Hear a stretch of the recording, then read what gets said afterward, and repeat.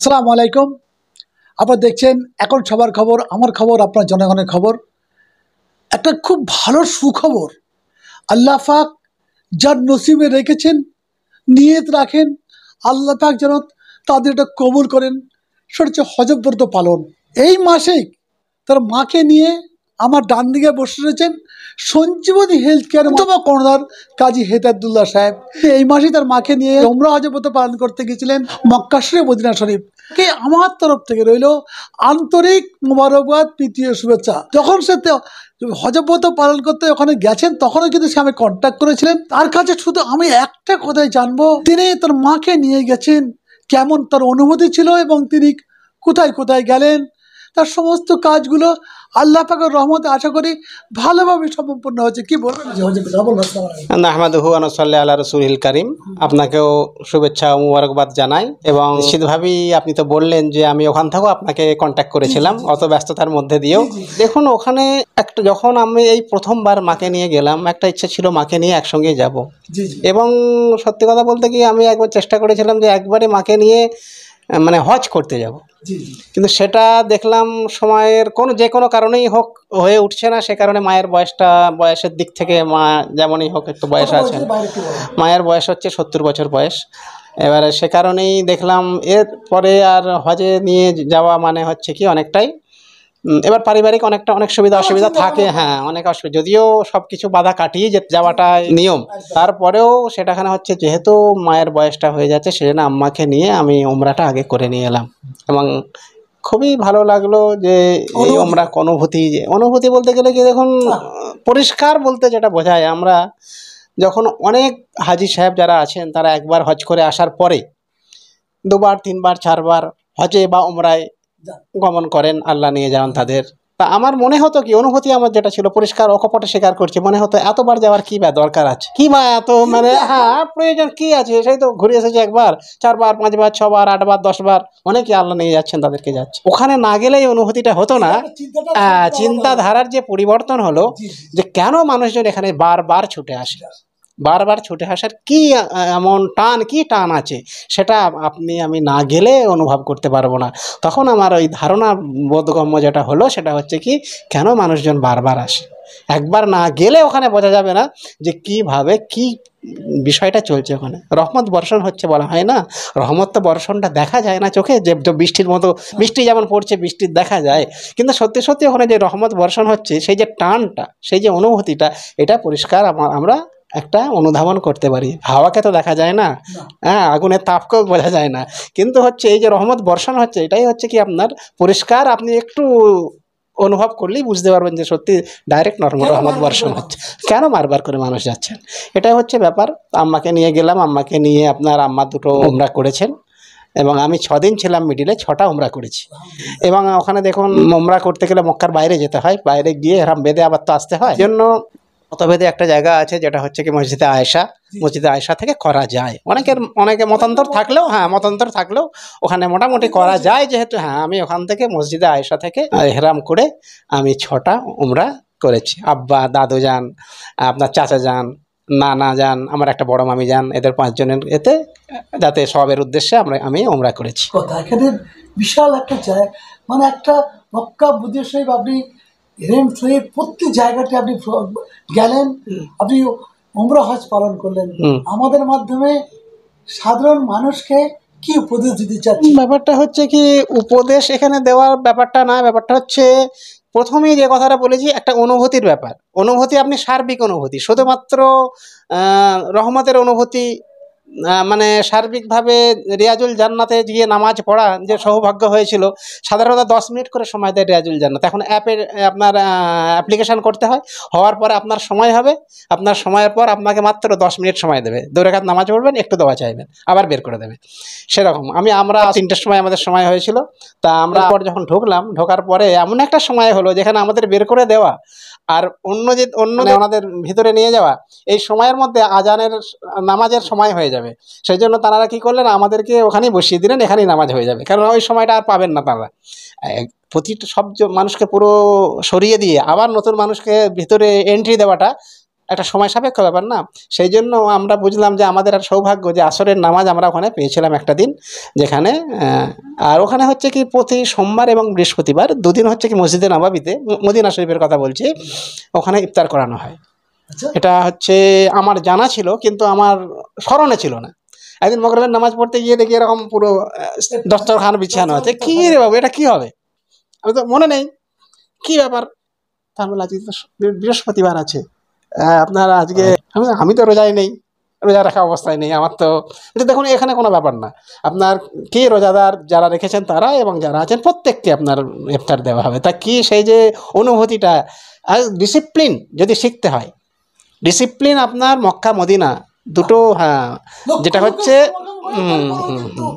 হারামাইন শরীফাইন, যেটা হচ্ছে দুটো হারাম শরীফে, যেটা হচ্ছে কি ডিসিপ্লিন আপনার শিখতে হবে। লক্ষ লক্ষ মানুষ, লক্ষ লক্ষ মানুষ আমাদের এখানে ধরুন একটা যদি আমরা সাধারণত ইফতার মজলিস আমরা করি, তাতে কত আপনার ঘোষণা করতে হয়, এই ডান দিকে আপনার শরবত পৌঁছায়নি, এখানে পৌঁছান, এখানে মানুষজন আছে, এখান থেকে এখানে করুন, ডান দিকে চেয়ার ফাঁকা আছে, এটা করুন।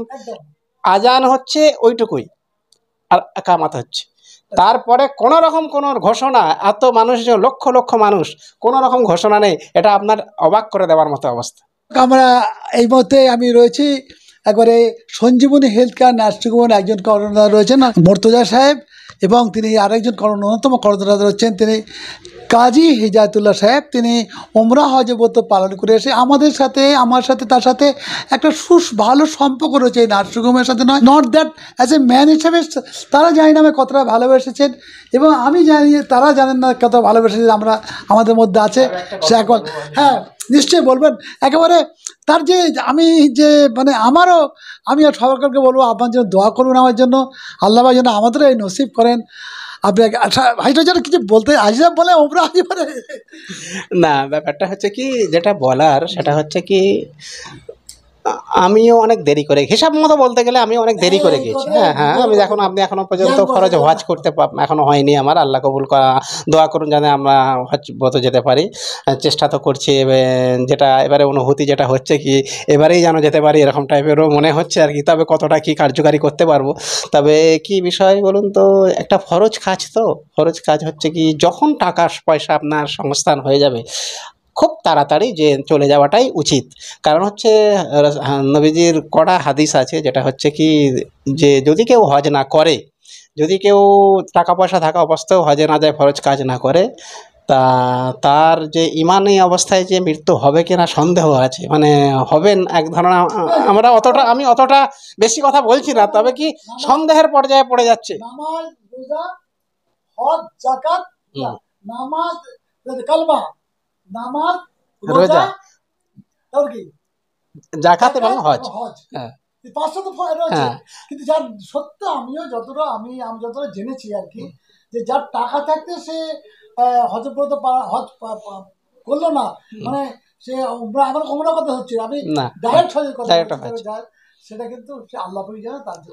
তার বিষয়টা আল্লাহ পাকই জানেন যে তার মৃত্যুটা কিভাবে হবে, সেটা কেউ গ্যারান্টি তো কোনো জায়গাতেই নেই। তারপরেও এটার প্রতি পুরো সতর্ক করা আছে। তো সেই জন্য আমারও তো সেই অবস্থা হয়ে আছে, যাতে আপনারা দোয়া করুন যাতে আমি হজে যেতে পারি, এটাই হচ্ছে সবথেকে বড় ব্যাপার। তারপরেও বলবো ওখানে গিয়ে তো একটা অন্যরকম অনুভূতি, একটা অন্যরকম ধারা। এবারে হচ্ছে কি ওখানে এসে একটা চার্জ হয়ে আসা।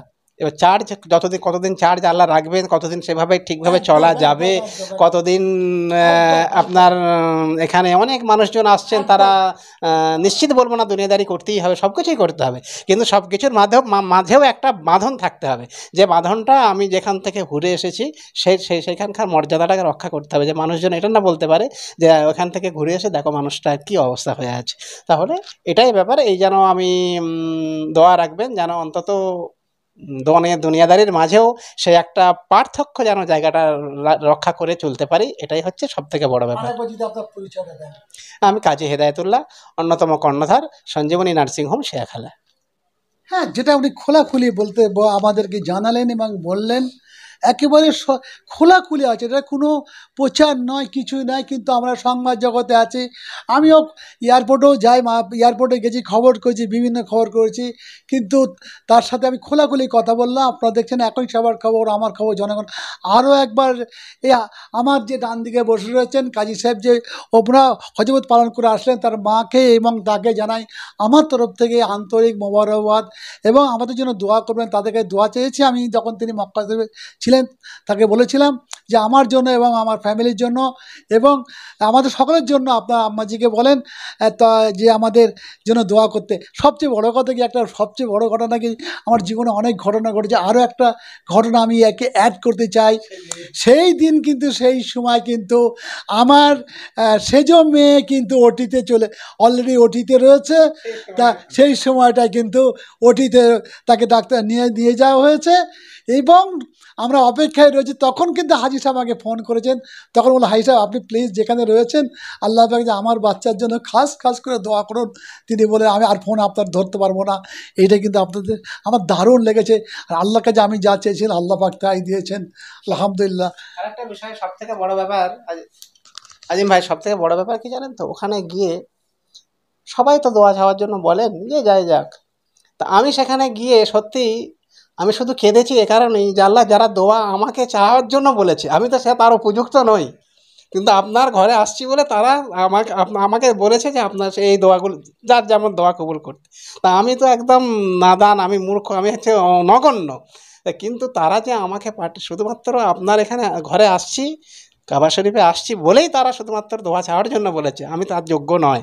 কিন্তু যেহেতু তারা আমাকে সেইভাবে পাঠিয়েছে, তাদের দোয়া যেন না ফিরিয়ে যায়, আমার যা হয় হোক, কিন্তু তাদের না, অন্তত না, তারা আমাকে দায়িয়ে দিয়ে পাঠিয়েছে। প্রত্যেকের কথা আমি মনে করে একদম একটু যে তারই মধ্যে রিয়াজুল জান্নাতে বসে তো চেয়েছি, তারপরে ওটা মদিনায়, এবং হচ্ছে মক্কা শরীফ হচ্ছে আপনার কাবা শরীফের ওখানে একটা জায়গা আছে যেখানে হচ্ছে কি মাকামে ইব্রাহিম বলা হয়। মাকামে ইব্রাহিমের ওখানে দাঁড়িয়ে দুরাকাত নামাজ পড়ে দোয়া চাইতে হয়। তো সেখানে হচ্ছে আমি দোয়া চেয়েছি, অনেকবারই দোয়া চেয়েছি। শুধুমাত্র আমি আল্লাহকে বলেছি যে আল্লাহ, যারা দোয়া চেয়েছেন তাদের যেন না ফিরিয়ে দেওয়া হয়। আমারটা কি হবে না হবে আপনার উপর ছেড়ে দিলাম আল্লাহ। হ্যাঁ, তাদেরটা কবুল করতেই হবে, কারণ তারা আমাকে করে পাঠিয়েছে। আমি কোনোরকমভাবে আমি এর উপযুক্তই নয়, তবু তারা উপযুক্ত বলে পাঠিয়েছে, কারণ শুধু আমি এখানে আসছি বলে।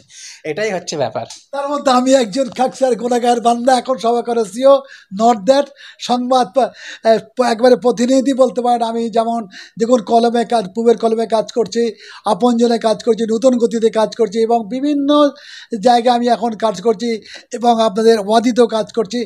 আমার কিন্তু একটা খুব ভালো লাগলো আজকে তার সাথে কথা বলে, খোলাখুলি জানতে পারলাম তিনি কি, তার অনুভূতি হচ্ছে, মনের কথা তো আল্লাহ পাক জানেন। তিনি ভাবছেন যদি ওখানে থেকেই যেতাম আবার বুঝি উড়ে চলে, তাই তো বলবেন নাকি? হ্যাঁ, ব্যাপারটা হচ্ছে কি সেরকমই, ওখানে আজ থেকে মন চায় না, আজ থেকে মন চাইবে না, কারণ হচ্ছে ওখানে আপনার যে টান একটা, সেই টানটা আপনি ছেড়ে আসতে পারবেন না। আপনি যখন যাবেন আজিম ভাই, আমি দোয়া করি আপনি যান, যেভাবেই হোক আপনাকে আল্লাহ নিয়ে যাওয়ান। তা গেলে বুঝতে পারবেন যে কি এই যে যেটা আমরা বলছি বা যারা বলেছেন, যখন আমরা এরকম আমাদেরকে যারা এসেছেন তারা বলেছিলেন, তা আমরা তখন শুনেছিলাম ঠিকই, কিন্তু আমাকে, হ্যাঁ, আমার যিনি গাইডার, আমার রফিকুল্লাহ ভাই যিনি নিয়ে গিয়েছিলেন আমাকে সঙ্গে, তিনি বলেছিলেন একটা যে ছবি টবি কিছু তোলা হয়েছে, তোলার পরে আমার সঙ্গী যারা ছিলেন তারা বলছেন এই ছবিগুলো আমাকে একটু পাঠিয়ে দেবেন, কারণ আমি তো মোবাইল নিয়ে তুলছি, পাঠিয়ে দেবেন, আমি বাড়িতে গিয়ে সব বলবো এই ব্যাপারে, একটা মানে মোটামুটি ডিসকাস করবো এই সেই ছবিগুলো এখানে এরকম। তা রফিকুল্লাহ ভাই কথাই বললেন, দেখুন যত ছবিই তুলুন, যত পিকচারই তুলুন না, যেভাবেই ডিসকাস করুন, এখানে না এসে কোনো রকম অনুভূতি পাবেন না ওই ছবি দেখে। হ্যাঁ, এই দেখলাম পিকচার, এখানে সব বিভিন্ন জায়গায় বিভিন্ন রকম বড় বড় কি ব্যাপার আছে, কিছুই না। কিন্তু এখানে আপনি যখন চাক্ষুষ করবেন, তখনই তো আর আপনার মধ্যে যে জজবা তৈরি হবে, সেটা ছাড়া কোনোভাবে কোনো কিছু বলা যাবে না। সত্যিই তাই, কেননা এর বিষয়টা হচ্ছে কি, আমিও তো অনেকের থেকে শুনেছিলাম এটা এই আছে, এই আছে, এই আছে, এই আছে, হ্যাঁ সব রকমই আপনি সব কিছুই নেটে পাবেন। আপনি হ্যাঁ কাবা শরীফের পুরো মাপ টাপ থেকে ভিতর থেকে শুরু করে বাইরে থেকে শুরু করে কত বাই কত থেকে শুরু করে সমস্ত কিছু আপনি পেয়ে যাবেন।